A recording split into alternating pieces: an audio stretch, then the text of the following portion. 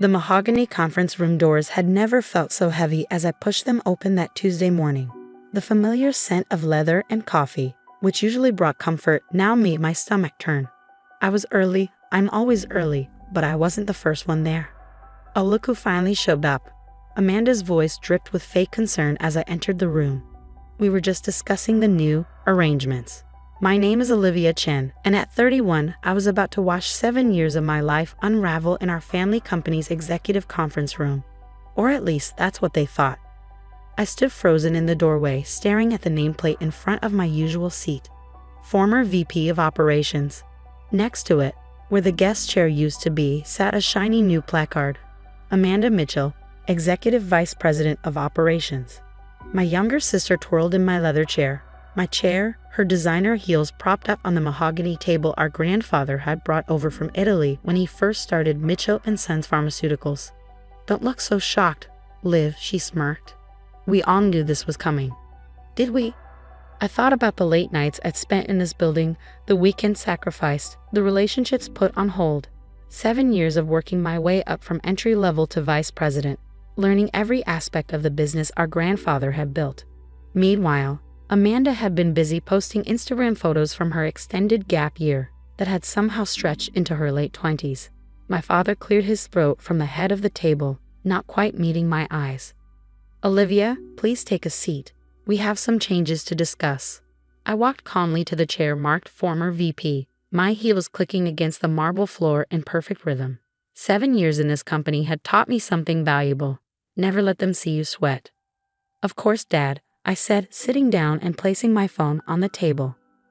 I assume this is about the Meridian merger. The Meridian merger, my project, my baby. 6 months of negotiations, countless sleepless nights, and one very important phone call I'd made last week that nobody in this room knew about. Yet. Actually, my father began, shuffling the papers in front of him. Amanda will be handling the Meridian merger moving forward. She has some fresh ideas about the direction we should take. Fresh ideas, right? Amanda had never handled a merger in her life. The closest she'd come to pharmaceutical experience was posting sponsored content for vitamin gummies on her social media. I see, I said, picking up my phone and checking the time. 9:27 a.m. Perfect. My mother sat beside my father, her expression a practiced mix of sympathy and dismissal. Darling, we just think it's time for some new energy in the company. You understand, don't you? Amanda has such a modern perspective on things. Modern perspective, I repeated softly. Is that what we're calling it now? Amanda's smirk grew wider. Don't be bitter, Liv. I know you tried your best, but let's be honest. You're just too traditional, too stuck in Grandpa's old ways. The company needs someone who understands the future. The future. I almost laughed. They had no idea what the future held. The board has already approved the change, my father added, as if that made everything okay. It's effective immediately. We'll need you to clear out your office by the end of the day. I checked my phone again. 9:29 a.m. Any minute now. And the Meridian contracts? I asked, keeping my voice level. All the documentation is in my office. Amanda will handle those, my father said firmly. She's already scheduled a meeting with their CEO next week to discuss her new vision. Oh, this was almost too perfect. Actually, I said, just as my phone buzzed right on schedule. I don't think that meeting will be necessary. I turned my phone around, showing them the email that had just arrived. The blood drained from my father's face as he read the subject line. Merger agreement finalized. Mitchell & Sons and Meridian Pharmaceuticals. What is this? He demanded, his voice shaking slightly. The future, I replied calmly. I finalized the merger last week.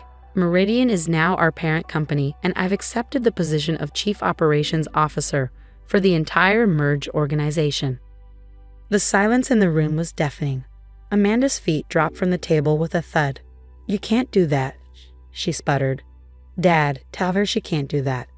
But my father was still staring at my phone, his face growing paler by the second, because he knew he had to know what this meant.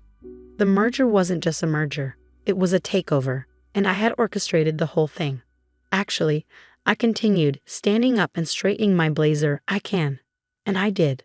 While you were all busy planning my replacement, I was busy planning something too.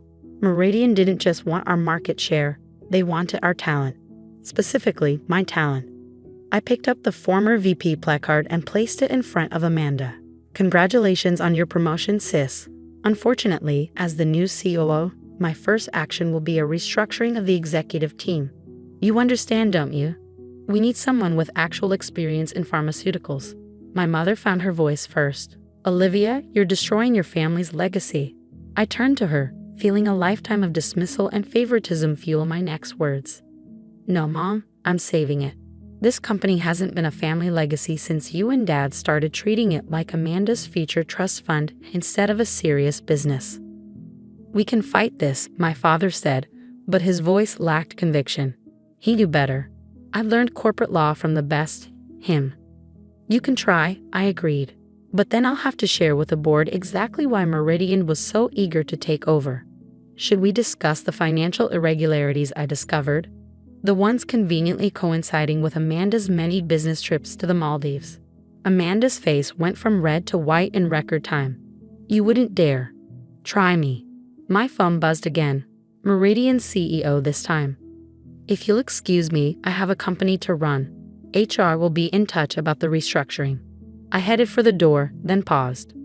Oh, and Amanda, you might want to start packing up my office. You'll need to clear it out by the end of the day.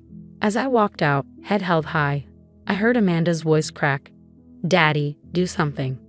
But there was nothing he could do, not anymore. In my office, my soon-to-be former office, I sat down at my desk and finally let out the breath I'd been holding. 7 years of being the responsible one, watching Amanda get every advantage, every opportunity, every ounce of praise. 7 years of being told I was too serious, too traditional, too much like Grandpa. I opened my desk drawer and pulled out an old photo. Grandpa and me in this very office when I was 10. He was teaching me about profit margins while Amanda was at her dance recital. Remember, Olivia, he'd said, in business and in life, it's not about who shouts the loudest. It's about who prepares the best.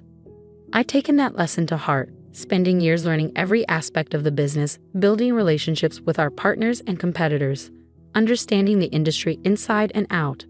While Amanda was building her Instagram following, I was building something far more valuable: expertise, respect, and a reputation for getting things done. The Meridian opportunity hadn't just fallen into my lap. I cultivated it, nurtured it, seeing the writing on the wall as my parents increasingly pushed Amanda into positions she wasn't qualified for. I'd known this day was coming, I just hadn't expected them to be quite so blatant about it. My phone buzzed again. Laura from Meridian. Board meeting at 11. Ready to announce the restructuring. I smiled, thinking of the shocked faces I'd left in the conference room. Absolutely. Time for some new energy in the company. I spent the next hour organizing files and preparing for the transition. The security team would be here soon to change the access codes, my first order as COO.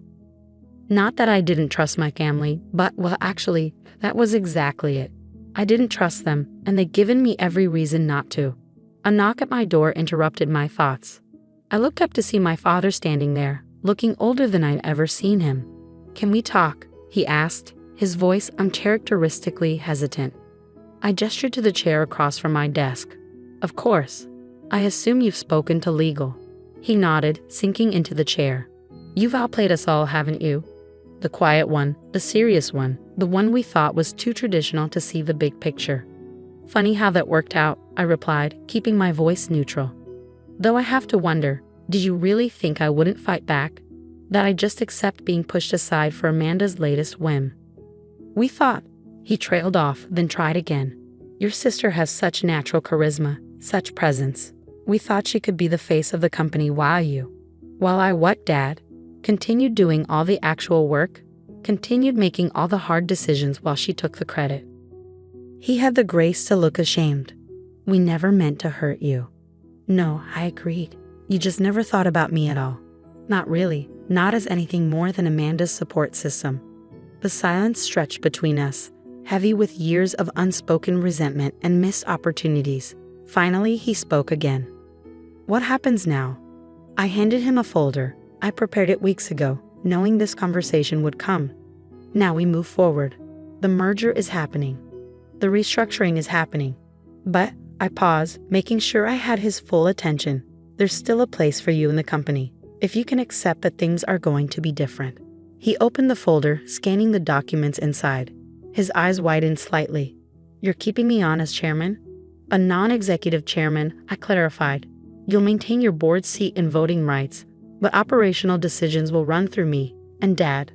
I leaned forward. Amanda is not getting an executive position. She can stay on in marketing if she wants, but she'll need to actually work for her promotions from now on. He nodded slowly, understanding the new reality. And your mother? She can keep her foundation work. It's good PR, and she's actually decent at it when she's not playing favorites. Another knock at my door. Security this time, ready to begin the access code changes. My father stood up, clutching the folder like a lifeline. You really are your grandfather's granddaughter, he said softly. I know, I replied. That's what you all forgot. And Dad? Next time you want to mark someone as a former employee, make sure they don't have a better offer waiting. As he left, I turned to look out my office window at the city skyline. Somewhere out there, Grandpa was probably laughing. He'd always said the quiet ones were the ones to watch out for. Today, I'd proven him right. My phone buzzed one last time. Amanda. This isn't over. I smiled, piping back. Actually, it is. But don't worry, you can post about it on Instagram. I hear career transitions are great for engagement. The first week after the takeover was exactly what I expected. Chaos, drama, and an impressive display of my sister's ability to play the victim on social media. Betrayed by my own sister, Amanda's Instagram story read, accompanied by a black and white selfie of her looking pensively out a window. Family means nothing in the face of corporate greed. #business life, #betrayal, #family drama. I closed the app and focused on the quarterly reports spread across my new desk. The corner office at Meridian's headquarters offered a much better view than my old one. And more importantly, it was 50 floors and 10 miles away from my family's theatrics. Ms. Mitchell? My new assistant, Sarah, appeared in the doorway. Your mother is in the lobby. Again. This was the third time this week. Let me guess. No appointment. She says it's a family emergency. Of course she did. Everything was a family emergency these days. Tell her I'm in meetings until 5. She can make an appointment like everyone else. Sarah hesitated. She's quite insistent, and she brought your grandmother. That made me pause. Grandma Eleanor, my father's mother, hadn't left her estate in months. If she was here, something was actually wrong. Send them up, I sighed, straightening my desk. And Sarah? Hold all my calls. 5 minutes later, my mother swept into the office like a perfectly coiffed hurricane, Grandma Eleanor following at a more dignified pace. Finally, Mom exclaimed, dropping into one of my visitor chairs. Do you know how many times I've tried to reach you? Your own mother, reduced to waiting in lobbies like a common. Hello, Olivia, Grandma Eleanor interrupted, settling into the other chair with a knowing smile. The view up here is magnificent. Your grandfather would have loved it. Thank you, Grandma, I said, returning her smile. I think he would have too. Oh, stop encouraging her, Mom snapped. This isn't a social call. Your sister is devastated, Olivia. Absolutely devastated. She's barely eaten, barely slept. And yet she's managed to post 17 times about her betrayal in the last 3 days, I noted dryly, including a sponsored post about healing crystals. Don't be snide. This isn't a joke. You've destroyed our family's legacy, and for what? A bigger office? A fancier title? Actually, Grandma Eleanor interjected, I believe she saved the legacy. Didn't you, dear? I met my grandmother's sharp blue eyes, so like my grandfather's, and saw understanding there. Of course she knew. She'd been married to Grandpa for 50 years. She probably knew the company's books better than anyone. The audit reports came in this morning, I said, pulling a folder from my desk drawer. Would you like to see them, Mom? The full accounting of every business expense Amanda charged to the company over the last 2 years, the irregular transfers, the ghost employees on payroll whose checks somehow ended up in her personal account. Mom's face went pale. Those were approved expenses. Your father. Dad approved them because you insisted, because precious Amanda needed to maintain an image for the company. But do you know what maintaining that image cost us? 30% of our annual profits. Money that should have gone to research development to actually growing the business. That's not. Mom started, but Grandma Eleanor cut her off. Helen dear, I think it's time you stopped talking and started listening. Really listening. Mom's mouth snapped shut. Even after 30 years of marriage to my father, she was still slightly afraid of her mother-in-law. The merger with Meridian didn't just happen. I continued, my voice softer now. They've been watching us for months, watching our stock price drop, our market share shrink, while our expenses somehow kept growing. They saw a vulnerable company being bled dry by mismanagement. So you sold us out, Mom accused. No, I saved us from bankruptcy. Meridian was going to acquire us either way. The only question was whether it would be a merger or a hostile takeover. I made sure we got the better option. Grandma Eleanor nodded approvingly. Just like your grandfather, he always said prevention was better than cure. This isn't what he would have wanted, Mom protested weakly. Actually, Helen, Grandma Eleanor's voice took on a steely edge. This is exactly what George wanted. Why do you think he spent so much time teaching Olivia about the business? He saw in her what you and James refused to see, a true leader. Mom fell silent, staring out the window at the city below. I could almost see the wheels turning in her head, reevaluating years of assumptions and biases. What happens now? She finally asked. Now we actually run a business. Meridian's backing gives us the capital for proper research and development. We have 3 new drugs in the pipeline that could actually make a difference in people's lives. And yes, Amanda can keep her marketing position if she actually does the work. And your father? Dad stays on as chairman, focusing on what he does best, building relationships with other companies. But the operational decisions, those go through me. A knock at my door interrupted us. Sarah again. I'm sorry, Ms. Mitchell, but your 3 o'clock is here. The research team from Stockholm. I nodded. Thank you, Sarah. I'll be right there. I turned back to my visitors. I have to go. Real work to do. Grandma Eleanor stood first, smoothing her elegant gray skirt. Of course, dear. Dinner on Sunday. The usual time. I wouldn't miss it. I smiled. Our weekly dinners had been a tradition since Grandpa passed. Mom stood more slowly, still processing everything. At the door, she paused. Olivia? Did you ever try to tell us about Amanda's spending? Many times, Mom. You just didn't want to hear it. She nodded, a flicker of something, regret, maybe, crossing her face. I suppose we'll have to learn to listen better. After they left, I took a moment to collect myself before the meeting. My phone buzzed. A text from Amanda. Mom says you're keeping me in marketing. As if. I have 3 other offers already. I smiled, typing back. Check your non-compete clause. It transferred with the merger. But hey, there's always Instagram. The response was immediate. You can't do this to me. But I already had. And unlike every other time in our lives, there was nothing our parents could do to fix it for her. The next few days brought more revelations. Amanda's other offers turned out to be pyramid schemes and influencer partnerships. Dad, to his credit, seemed to be adapting to his new role with surprising grace, perhaps relieved to be freed from the daily operational decisions he'd never really enjoyed. The real surprise came Friday afternoon when my father's old secretary, Margaret, appeared in my office. These were in the old files, she said, placing a stack of letters on my desk. Your grandfather wrote them before he passed.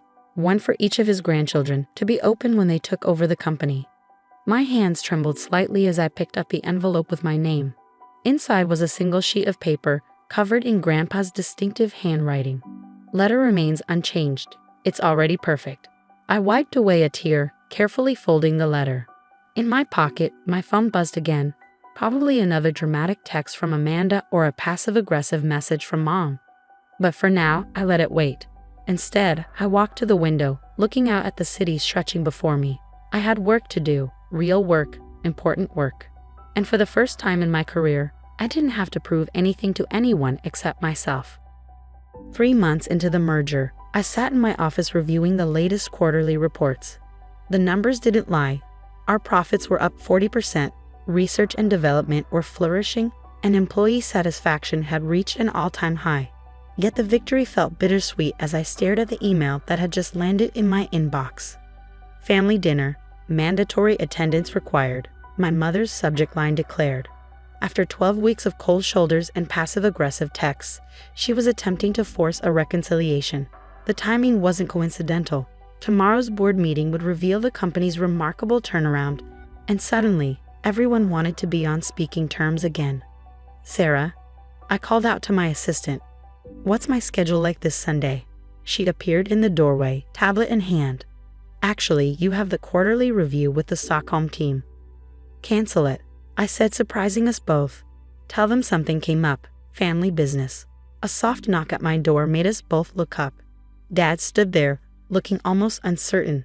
A strange expression for a man who'd spent 30 years ruling this company with unwavering confidence. "Do you have a minute?" he asked. I nodded to Sarah, who quietly excused herself. Dad took her place, settling into one of the visitor chairs with a heavy sigh. "Your mother's dinner invitation," he started. "Wasn't really an invitation," I finished for him. "More like a royal summons."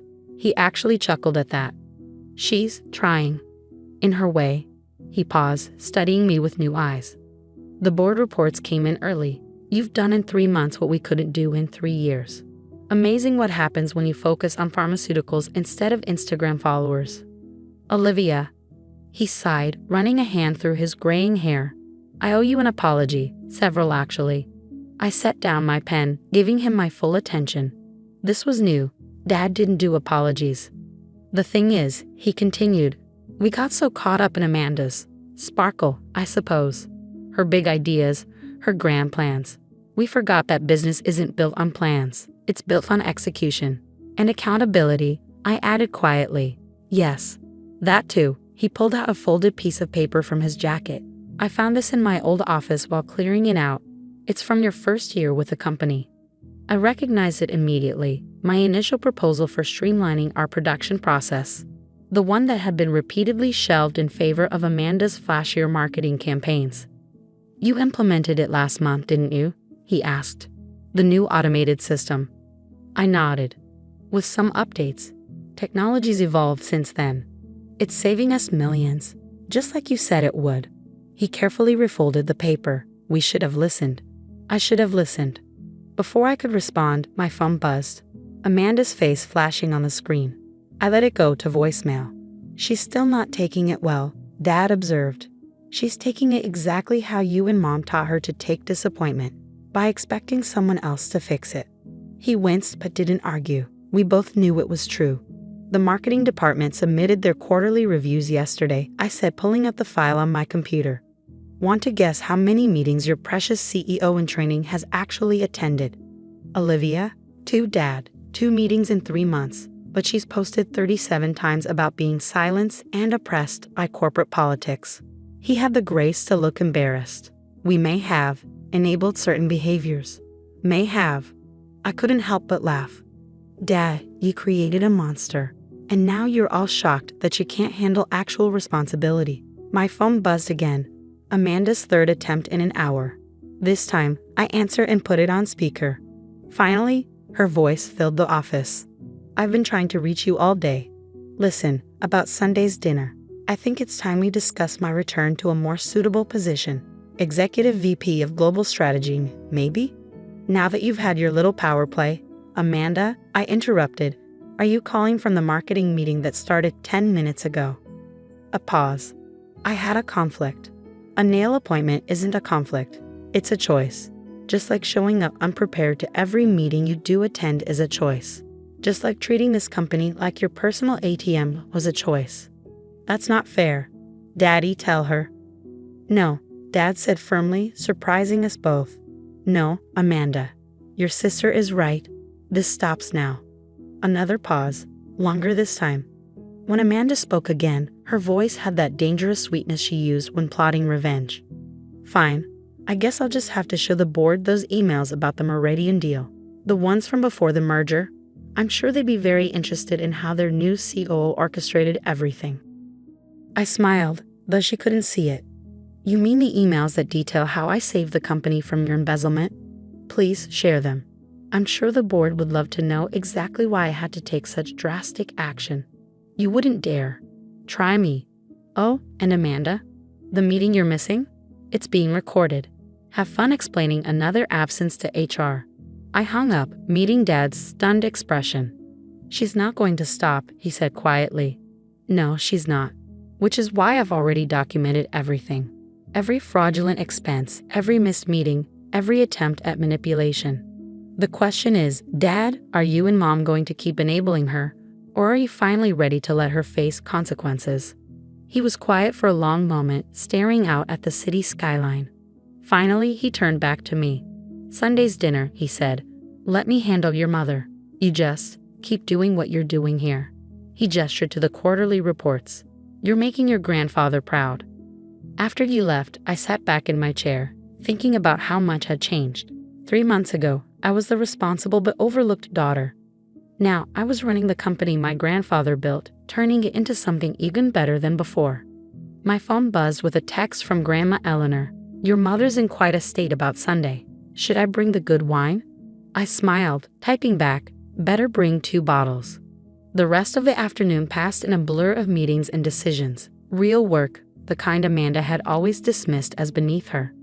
Every signature I placed, every proposal I reviewed, felt like a vindication of my grandfather's faith in me.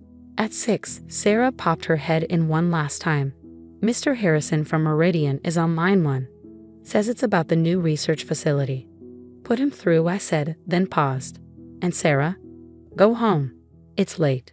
She smiled, the kind of genuine smile I'd rarely seen from employees during Amanda's brief reign.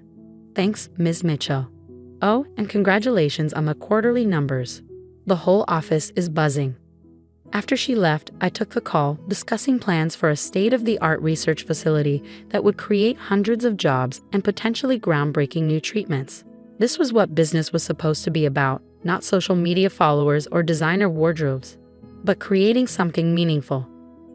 My computer dinged with a new email from Amanda, of course. The subject line read, "You'll regret this." I deleted it without opening it. Let her plot and scheme. I had a company to run. Looking out at the setting sun painting the sky in shades of orange and pink, I thought about Sunday's dinner.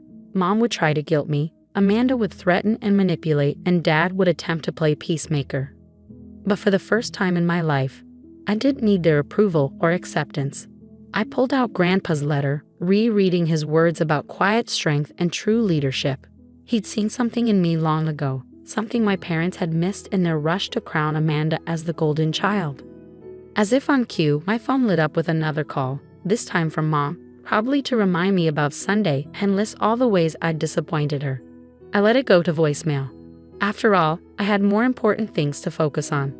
Monday's board meeting would reveal just how right Grandpa had been about his quiet warrior of a granddaughter. And something told me that family dinner was about to get very interesting indeed. Sunday evening arrived with an air of impending drama. I pulled up to my parents' house in my Audi, noting Amanda's bright red Mercedes parked conspicuously in my old spot. Some things never changed. Grandma Eleanor was waiting on the front steps, 2 bottles of wine in hand. "I brought reinforcements," she said with a wink. "Something tells me we'll need them." The house smelled of Mom's signature pot roast, her go-to meal for important family discussions. As we entered the dining room, I saw she'd gone all out. The good china, crystal glasses, even fresh flowers. Classic Helen Mitchell crisis management. "Olivia, darling." Mom's voice was pitched too high, too bright. "We were beginning to worry you wouldn't come." "Wouldn't miss it," I replied, accepting her air kiss, especially with tomorrow's board meeting. Amanda, already seated at the table, visibly tense. She was wearing what I recognized as her business power suit, probably purchased with company money before I cut off her expense account. "About that," she started, but Dad cut her off. "Let's eat first," he said firmly. "Family dinner rules. No business talk until dessert." We settled into our seats, an awkward parade of past dishes and forced small talk. Mom chatted about her charity committee. Dad discussed golf scores, and Amanda kept shooting me looks that promised retribution. Only Grandma Eleanor seemed genuinely at ease, calmly sipping her wine and watching the show unfold. Finally, as Mom served her famous apple pie, Amanda could contain herself no longer. "So," she said, her voice dripping honey-coated venom, "should we discuss the real reason we're all here? Tomorrow's board meeting." "Amanda," Dad warned, but she pressed on. "No, let's talk about it." Let's talk about how my dear sister orchestrated this whole takeover, how she manipulated everyone. Manipulated? I set down my fork. That's an interesting choice of words coming from you. What's that supposed to mean? I pulled out my tablet, sliding it across the table. Why don't we review your company expenses for the past year? The business dinners that somehow always happened at luxury spas. The marketing research trips to Paris that coincidentally aligned with Fashion Week. The ghost employees whose salaries went straight to your personal account. Mom's face went pale. Those were approved expenses. They were fraud, Mom. Plain and simple. And you all knew it. You just didn't care because it was precious Amanda doing it. How dare you? Amanda stood up, her chair scraping back. After everything this family has done for you. Done for me? I couldn't help but laugh. What exactly has this family done for me? Ignored my achievements, dismissed my concerns, handed you my position despite your complete lack of qualifications. Girls, please, Mom started, but Grandma Eleanor's voice cut through the tension. Let her finish, Helen.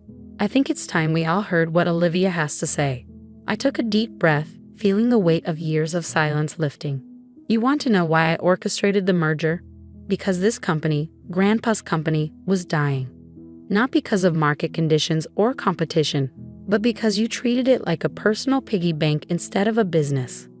I turned to Dad. You knew the numbers weren't adding up.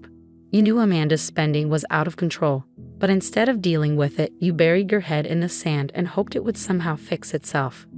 We were trying to protect the family, Mom protested weakly. No, you were trying to protect Amanda. Like you always have.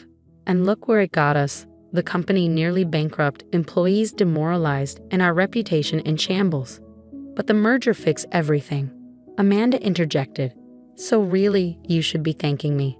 My spending created the opportunity for... Stop.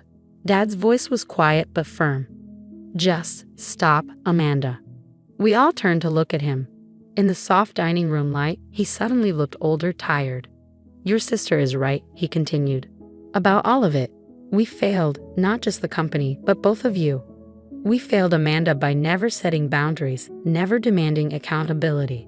And we failed you, Olivia, by never acknowledging your worth. Amanda's mouth fell open. Daddy. No, sweetheart, this stops now. The board meeting tomorrow isn't just about quarterly results. It's about restructuring the entire company culture, starting with the marketing department. What do you mean? Amanda's voice had lost its confidence. I pulled out another folder. I've been carrying it all week, waiting for this moment. It means you have a choice. Either resign quietly with a modest severance package or face a full audit and potential criminal charges for fraud. You can't do this, Mom, tell her. But Mom was staring at her plate, tears sliding down her cheeks. We should have listened, she whispered. All those times you tried to warn us about the spending, about the company's direction, we should have listened. Helen, Grandma Eleanor said gently, it's not too late to start. A heavy silence fell over the table. Finally, Amanda reached for the folder with trembling hands. How much? She asked, her voice small. The severance. Enough to start fresh, I replied. Maybe actually earn something for yourself for once. She signed the papers without another word, then fled the room in tears. Mom moved to follow her, but Dad caught her arm. Let her go, he said. It's time she learned to handle consequences on her own. After they left, Grandma Eleanor and I sat in the quiet dining room, sharing the last of the wine. Your grandfather would be proud, she said, raising her glass. Not just of saving the company, but of having the courage to do what needed to be done. Even if it meant going against family. Especially then. Sometimes love means standing firm, even when it hurts. I thought about tomorrow's board meeting, about the bright future ahead for the company, about all the good we could do now that we were focused on actual business instead of family drama. To Grandpa, I said, raising my glass.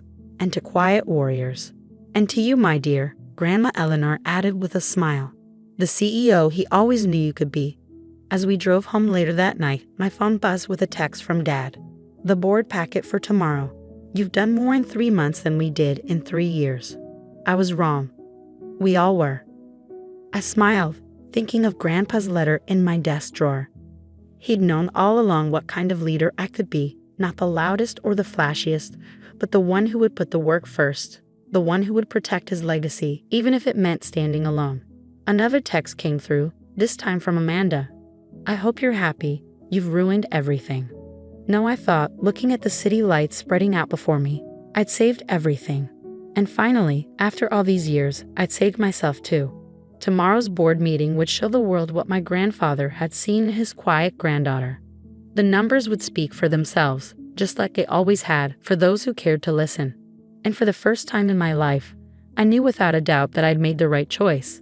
Not just for the company, but for our family too. Sometimes the strongest love isn't about enabling or protecting. It's about having the courage to say, enough. As Grandpa had written in his letter, true leadership isn't about being seen. It's about seeing what needs to be done and having the courage to do it.